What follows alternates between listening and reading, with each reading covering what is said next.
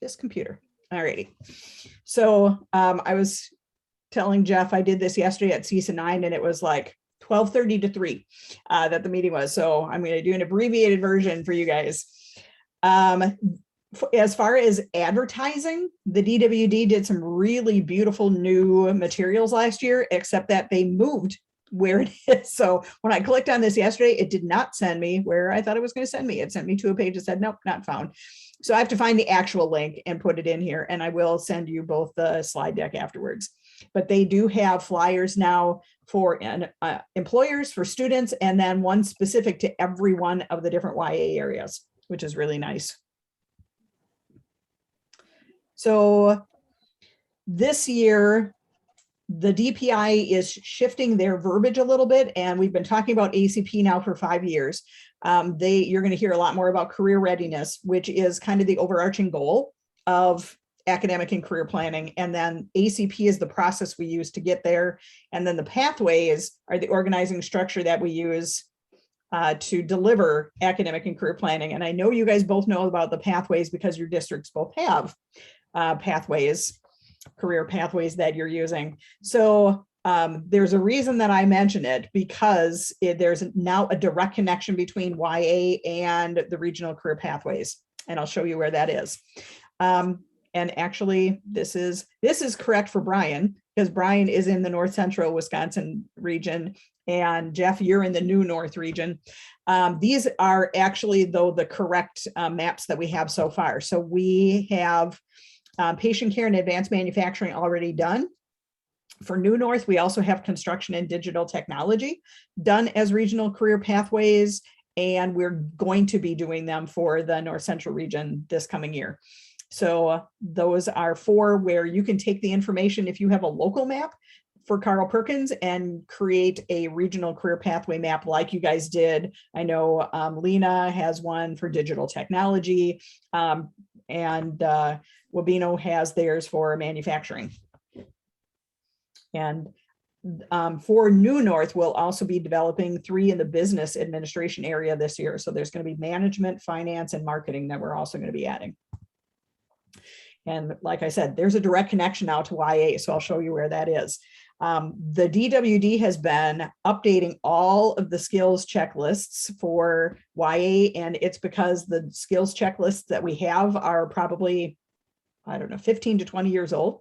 So they want to make sure that the competencies still are up to date with what Wisconsin industries are telling us we need. They really are pushing dual credit as much as possible with students, that the supporting coursework that they take during YA, their first priority is always to push dual credit. And if that's not available, then to go to pick high school classes. They also are trying to increase the number of industry recognized certifications that students get while they're in high school, expand into emerging occupations. So you'll see some new areas that they added when they did the updates. And another thing that they're really emphasizing this year is students having the ability to bridge from youth apprenticeship into registered apprenticeship, and especially things like the trades. There's some ag areas now that you can do that. So that's another big push by the DWD. So when they go to modernize a pathway, they do reach out to industry first. And so they connect with employers, and they show them the old checklist, and they have discussions about what needs to go, what needs to stay. Like I said, they make those intentional connections to RA. They leverage what's already happening in high school. So they, of course, have all that information. And then they give that information to us as the regional YA coordinators, and then we pass that on to you as the local coordinators. So every single pathway now has 3 documents, basically. There's a pathway overview. There's an OJL guide, which stands for on-the-job learning. And then there's a related instruction guide. So we're actually we'll walk through one of these completely in one area. The on-the-job learning guides is what we used to call the checklists. There's 1 per pathway, and it has a bunch of different parts to it. There's an occupational overview, a career preparation section, the employability skills, which they had on them before, but they called them core skills. Now they call them employability skills. Competency checklists that are specific to that content area. Related instruction, We didn't used to have to report, and now we do have to say what classes the kids are taking along with their YA experience. And then for seniors, there's a post-program completion survey that we fill out that tells the DWD what students are planning to do after they graduate. And they are releasing all the documents in both Word versions and PDFs. So if you like to keep things electronically and you want to fill everything in as a Word or a Google Doc, you can absolutely do that. So it used to be that whatever was on the checklist, the students had to accomplish, period. Now the DWD has given us a teeny tiny bit of wiggle room, and they're saying, you know, if there are 7 competencies and the employer looks through them and says, well, 6 of them, absolutely the kid is going to be able to accomplish, but you know, they're never going to apply and adjust color. That's just not something we'd allow a student to do. They actually have the option of creating a different competency the student would do instead.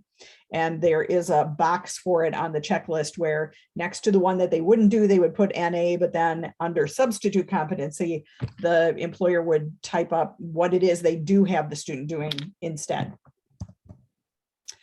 There is a career preparation section, and this is where the connection is to the pathways. So students must complete one of 3 things along with their YA experience. They either have to be enrolled in a regionally endorsed DPI pathway, and that needs to have a connection to what they're doing out in the field. So I know that Wabino's got theirs in manufacturing, and Lena, I know, has one in digital technology. I can't remember. I'm going to the website to see if you did one in any other area, because it's not coming to me. You have one in advanced manufacturing as well. So we're unsure what the DWD means by enrolling, because students don't like sign anything saying, yep, I'm now following the components of the regional career pathway. But if a student is taking CTE classes in manufacturing, if they're in Skills USA and they're doing a YA with the manufacturer, we're going to say, yep, they're enrolled in that pathway. So if they're doing those things, you can check that box and then you're done. The second is that they would work on some kind of certification that goes along, again, with their particular YA experience that they're doing. So every single one of these job OJL guides will have a list of specifically the certifications that apply for this student. And they have to do it during the youth apprenticeship participation experience. We have gone around and around with DWD about this because some of our kids get OSHA 10 while they're juniors. They could even do it while they're sophomores. And so you don't, like, once you're OSHA trained, you're OSHA trained. You've got your certification. You don't get re-OSHA trained. So we are trying to convince the DWD that these should be certifications students are allowed to get before or during, because you certainly aren't going to have a kid redo a certificate they've already done. They are not yet convinced that we're right. So we're going to still work on that. But these are the ones, I don't even know which ones these are for. Ideal Alliance print planning and estimating. Sounds like this is probably the print and preprint and post-print under arts. And then the third thing that they could do is if they're in a dual enrollment class that goes along with the program, then you would just put in the college name, the title of the class, and the course number. So they need to do one of those 3 things. It's up to you which one they're doing. Like I said, if a student is doing at least 3 of the components as part of a regional career pathway that you have, we're going to say, yep, they're enrolled. So any questions about that? Nope. Okay. Then there's a related instruction guide. This is brand new. So for every single one of the pathways, the DWD put together suggested classes that would go along with this YA experience. So, you know, again, I don't know that anybody at the DWD has actually been in a school and taught, but I don't think that they understand how limiting sometimes the coursework is that students have to choose from in small districts. So we are usually very creative when it comes to classes that align to the different YA areas. One thing that I did do with some of the CESA 9 schools, and actually, not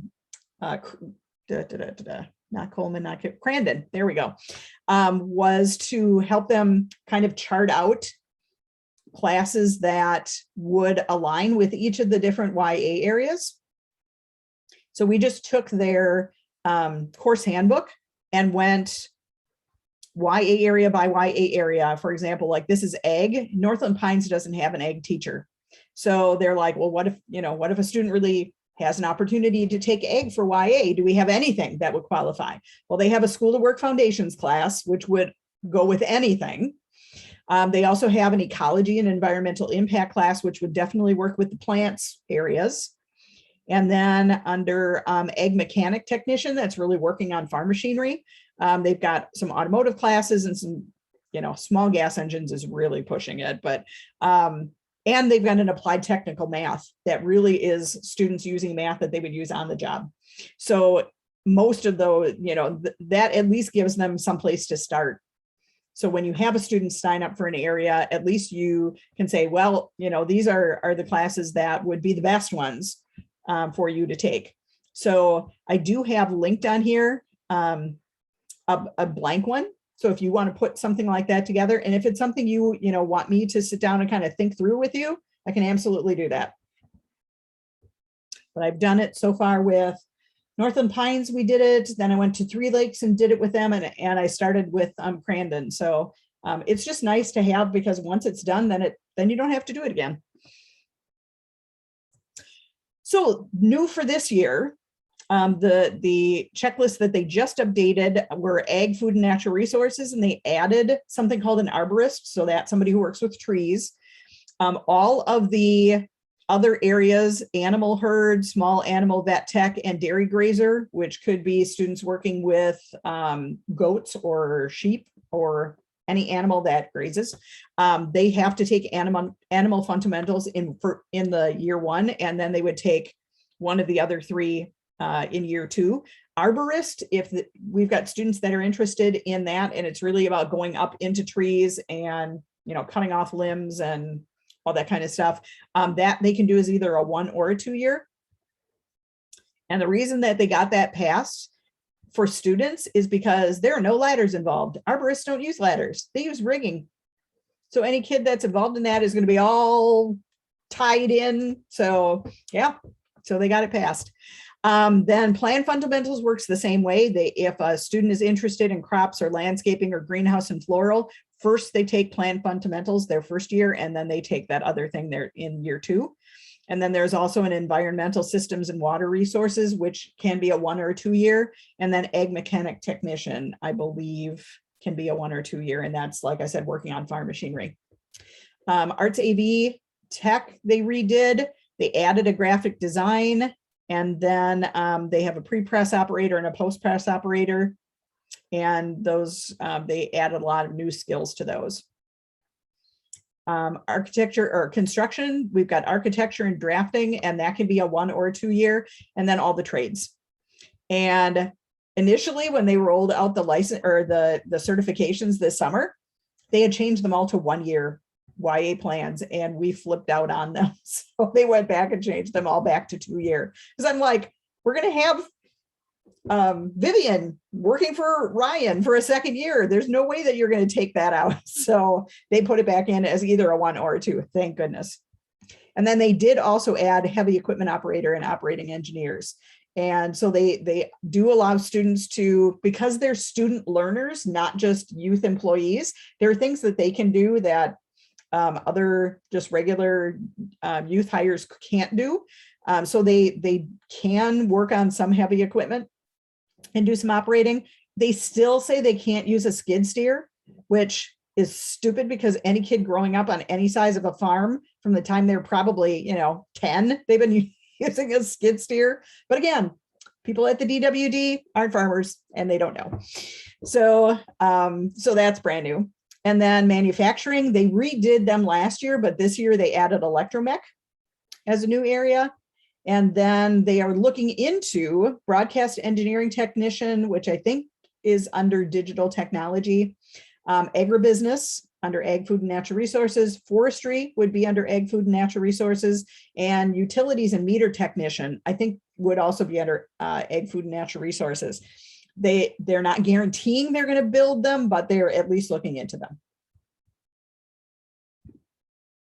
So they really, when they added some of the things they did, like arborist, like dairy grazer, for example, they really looked at what registered apprenticeship programs were already out there and built the YA program to really support those students going into a registered apprenticeship afterwards.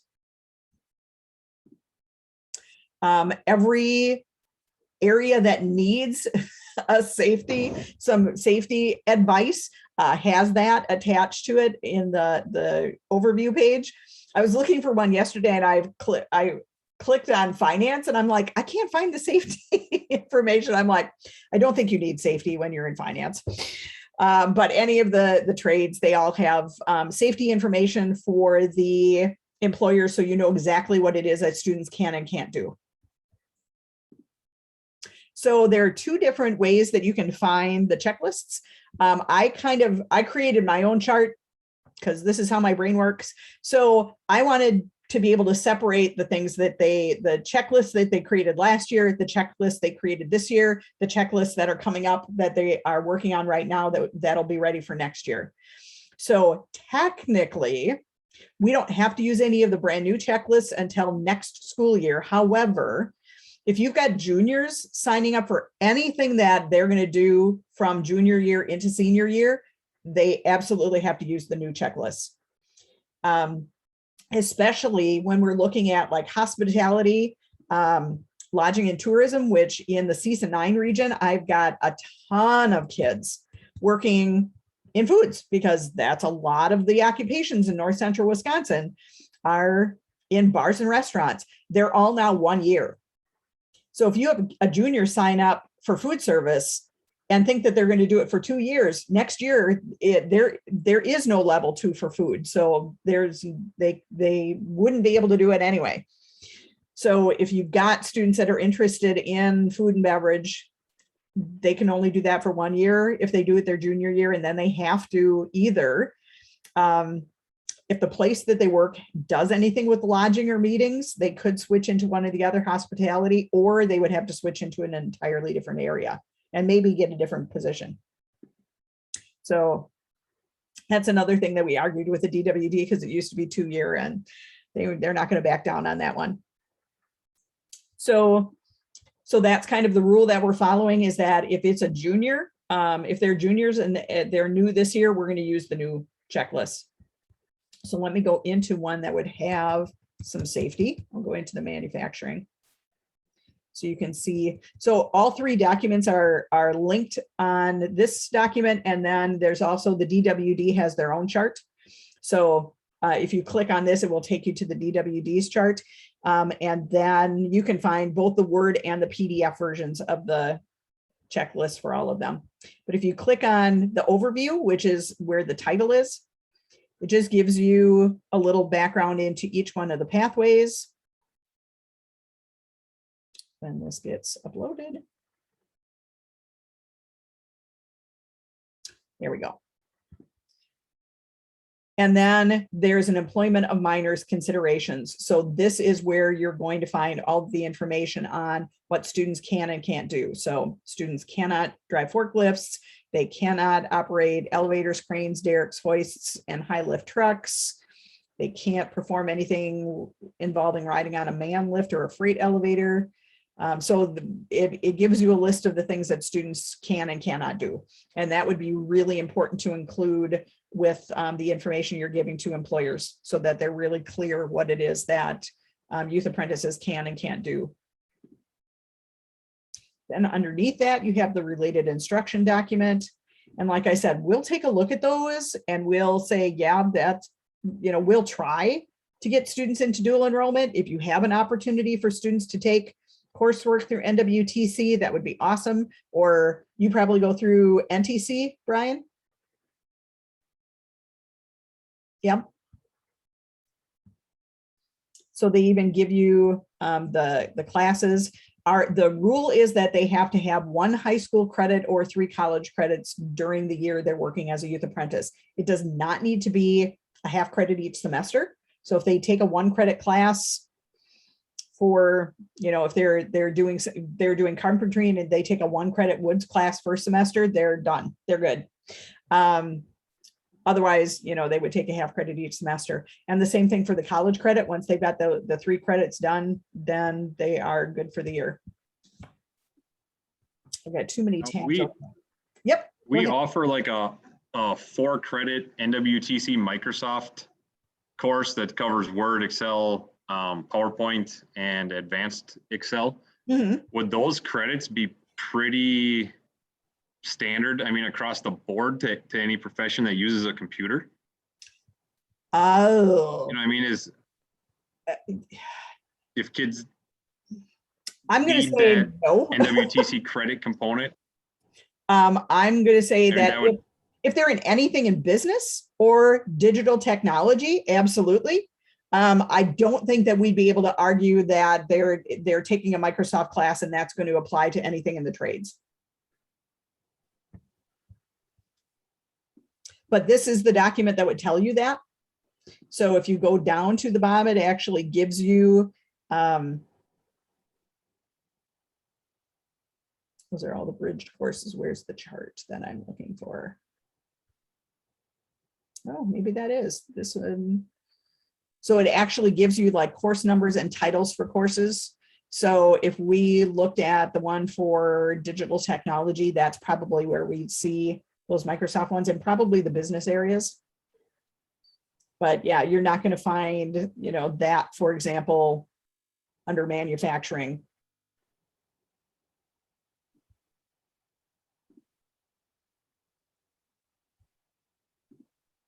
And then let me just go to digital technology, actually.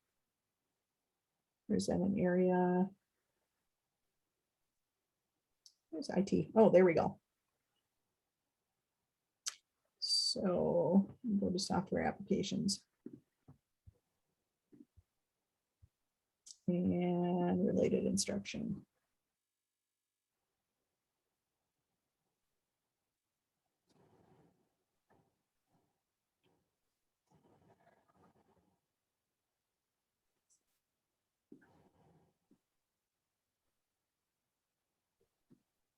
All right.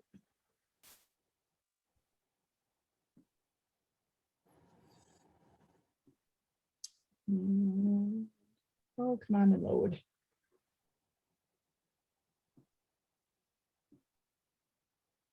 There we go. So then we've got IT cybersecurity, basic programming, software developer, application development, SQL, broadband installation.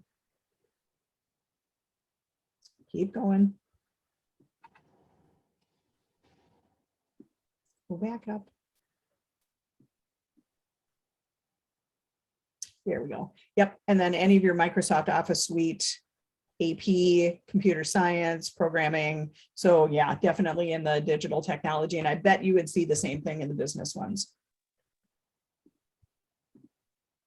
So when we look at, I just want to go through an OJL or a checklist from start to finish so that you can see what it all looks like. So it starts with, and now Brian will know from the old ones, it used to be like all of digital technology, and then you check off which of the pathways you're following. Now every pathway has its own complete document, so you don't have to do that anymore. So this one has 6 competencies specific to IC software and application development. And again, 5 of them absolutely a student would have to do. If there's a 6th one that just doesn't fall into that particular job description, the employer could come up with a 6th one to substitute instead. And then it talks a little bit about registered apprenticeship and post-secondary pathways. Here's where you'd put the student name. Your name is the coordinator. Our consortium is now the M&O consortium, because that's what we're now a part of. The school district, your school district, and then your high school graduation. Anytime there's a checkbox at the end, it has to be checked. So this just shows that, yep, the student completed the competency checklist, the employability skills checklist, the related instruction is listed, and they got in 450 hours at least.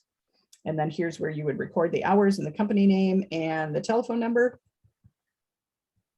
They put multiple boxes because some students work for more than one employer. Here's that career prep section. So you would choose either that they're working on a regionally endorsed career pathway, or they have completed one of these certificates while they were a youth apprentice, or they were in a dual enrollment program.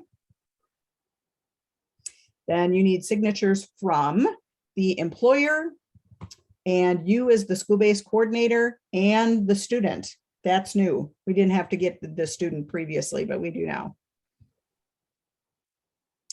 And then employability skills, everything is on a 3-point scale. So 1 is, ooh, they need a lot of help. 2 is they can do it with some support, but they're doing pretty well. And 3 is they have got this.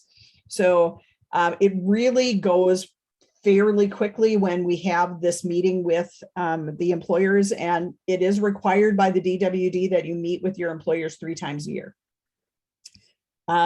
Some of the coordinators in M&O like email the employers every week or every other week, and that's how they check in. When Brian and I have done it, we have actually like had a physical sit down with the employer and the student 3 times. So it's kind of up to you. 3 times is the minimum outreach. The first time would really be to share the checklist and make sure that the employer knows what skills it is the student needs to work on. And we always have the student at the meeting too, so the kid knows what they need to work on. And then in January, we just go through and really we just kind of read the thing that's next to the number. If the employer doesn't understand what that means, the things under it are just to explain, this is what we mean by this. And at that January check-in, it's wherever the kid is at, because it's really for the student to understand, here's where I am and what I need to work on by the end of the year. And then we sit down again in May or whenever they're getting close to finishing their 450 hours. And we go back through it a 3rd time. And that time is what would get uploaded to the DPI or the DWD for the student. And at that time, by the end of their program, they have to get at least a 2, if not a 3 on everything, or they don't pass YA. So when we explain that to employers, they're very good about making sure that a kid is always at least a 2 for everything. So we've got the employability skills, I think are the same 13 on all of the checklists. And then you have the competencies that are specific to this particular pathway. So these are the ones for software development. And again, if an employer doesn't understand what troubleshoot application issues means, it gives them a list of things that a student would do in order to do that. And yeah, it really, I mean, most of the time, I would say our meetings, the meeting itself probably takes us about 15 minutes, doesn't it, Brian? And then we yak for another 15 minutes. So usually it's about half hour total, but it's not very long. And really, with the 2 employers that you've got now, Brian, I don't even need to come up for those. You know what you're doing now. Okay. But I would be happy to go along with you, Jeff, to do the meeting at least to start off with. So we have Sydney Sylvester's with NERCON in O'Connell, okay. And he's with Jim Eckes. Okay. So like the first week of June, I met with Jim and we toured the facility with Sydney when he was going to start working this summer. And Jim had these checklists and we went through them because he had a student coming off of the exact same apprenticeship. Oh, okay. So I've done this with awesome. Buck at Revolution had a Coleman student coming off the same apprenticeship. Okay. They may be using the old checklists. So that might be one thing to, before they do all the signatures at the end. Yep. You sent me the checklist when I was going to meet with Jim Eckes in June. Mm-hmm. You had sent me a copy. I don't know if this was updated in June or, in that time frame, but the copy that I got was probably the 2nd week of June or first week of June, maybe in that meeting. And it was for manufacturing? Yeah. Yep. Okay. Then it would be the new one. But, and so both of our employers are pretty knowledgeable and comfortable with students because they had kids coming off of youth apprenticeships from other districts here the year prior. Awesome. I love to hear that because that makes our job so much easier. Related instruction, like I said, they never asked for it before, and now we actually have to list the classes and how many credits they are. And then only for seniors. So if you have a junior that does the program and they decide at the end of junior year they're not going to go on, you wouldn't need to fill this in, but all seniors, we need to fill in the post-program completion survey. And the top box is what is most important. If that kid is going to work at all after they graduate, the top box has to be filled in, whether it's part-time or full-time. And then everything that applies gets checked. So if they are, if that employer is going to continue to employ them, you would check both the top two boxes because their employment is related to their YA programming because it's with the same employer and it's with the same employer. If the student is going to be working part-time for the same employer, then you would check the third box that it's seasonal. If they're going into an internship, there's a box for that. If they're going into the military, there's a box for that because that's considered employment. If they are going to be working, but also starting some post-secondary education, you would check that box as well. If they're going into RA, that would be awesome because that would give us bonus points for our consortium, but you would check that box. If students aren't going to be able to work full-time because of any health or personal issues, there's a box for that. The big things with this are if they're going to continue to be employed, what's the new wage? So now that they're no longer youth apprentices, what are they going to get paid the day after they're done being a youth apprentice? And it could be the same pay that they were getting as a youth apprentice, but it might not be. So that has to be listed, and the employment start date, which can be the day after YA gets finished. The other stuff in that box you don't need. And then if a student is going to continue working, but not for this employer, for a different employer, there's a spot for the new employer's information. If the kid is not going to be working at all, then only then do you need to check that bottom box and say it's either because they didn't apply, or they applied but they didn't get interviewed, or they got interviewed but they didn't get offered a job, or they are going, they were offered a job but they didn't accept. And then if it's because they're going on to school, there's a box for that. If they couldn't find an entry-level position to apply for, there's a box for that. Student had a change in career interests or plans, or health and personal issues prohibited employment. And then the workplace mentor signs it and dates it. So again, only for seniors on that one. So that's what everything now looks like all in one spot. And again, you can either click on my chart that I created, or if you click on the DDDS chart, then that should come up. But that it's got the same information in, it's got the overview document, it's got the related instruction, and then it has both PDF and Word versions of each one of the checklists or the OJLs. Never decides to load. There we go. So all of these should be live linked. So use whichever makes more sense to you. So starting this year, all YA students, like I said, the first two columns that have been redone are optional, but we are going to be using them for any juniors, especially juniors that are doing a 2-year, because we do not want to have to switch checklists halfway through the kids program. Starting next year, everything that was in those first two columns has to be used. And then this year, the new ones that they're working on are going to be optional for next year and then required in 23-24. So the ones they're working on are transportation, distribution, and logistics. And then there were 3 or 4 areas in health that didn't get redone in year 1, so they're finishing those up. Then STEM, they're going to do between November and February, and then marketing, they're going to do between January and March. And yeah, that's the same goals we looked at. So our biggest immediate changes are all juniors on the new checklist for this year.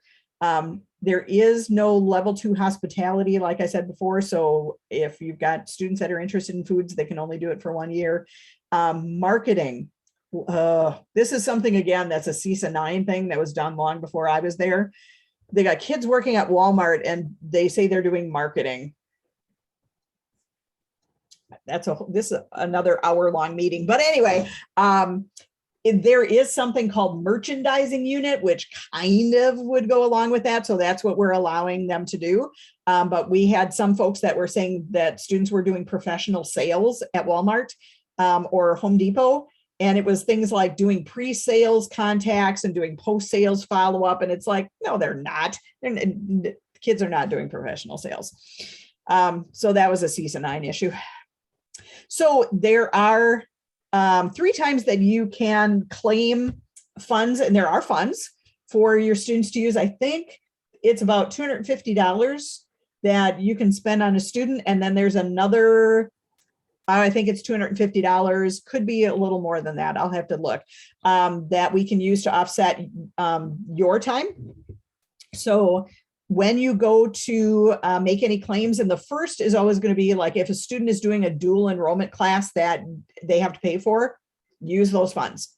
If a student needs any equipment, use the funds for that. So if they're in transportation and they need a toolbox and tools, if they need steel-toed shoes, if we've got students that are out doing healthcare and they need scrubs, that absolutely we can use the funding for. And then, after that, then we can, like I said, we will have some funds there to kind of offset some of your hours as well. So I will be creating, I don't have the Lena one done yet, but I've got this for Wabino. So I've got a spreadsheet that I'll create for each district. And this is where I'll have your kids put in their level, their grade, their program, who they're with. I need to put in Ryan's email address, and then I've got checked off if they've got all their application materials, which I wouldn't even know if a kid is in YA unless they had these in. The things I need you to fill in, so you'll get a copy of this that you can edit, is I need to know what coursework they're taking. And if it's, if it's a full credit 1 semester, that's fine, just indicate that. But we need to know what class they're taking that goes along with YA. And then whatever kind of meeting you have, whether you're emailing or you're phoning, or, if you've got contact, just listing the dates that you're having those meetings with the employer so that we can assure the DWD that, yep, we're having those required meetings. And then there's also a spot for you to keep track of the kids' hours, and you can decide how you want students to be responsible to you for letting you know how many hours they have, but we need to keep track of where the kids are at for hours. So we'll probably need to go back and grab Vivian's from the end of the year last year, Brian, and then you can start filling in, for this year. Yep. Awesome. And then I may have another student that's just started working with Ryan just last week. So I just got to make sure that everything else will fall in for classes and whatnot. Okay. So I will create one of those for Lena as well and send you a link to it. And so that's everything that I have got. So if there's anything that you have a question on that I didn't cover.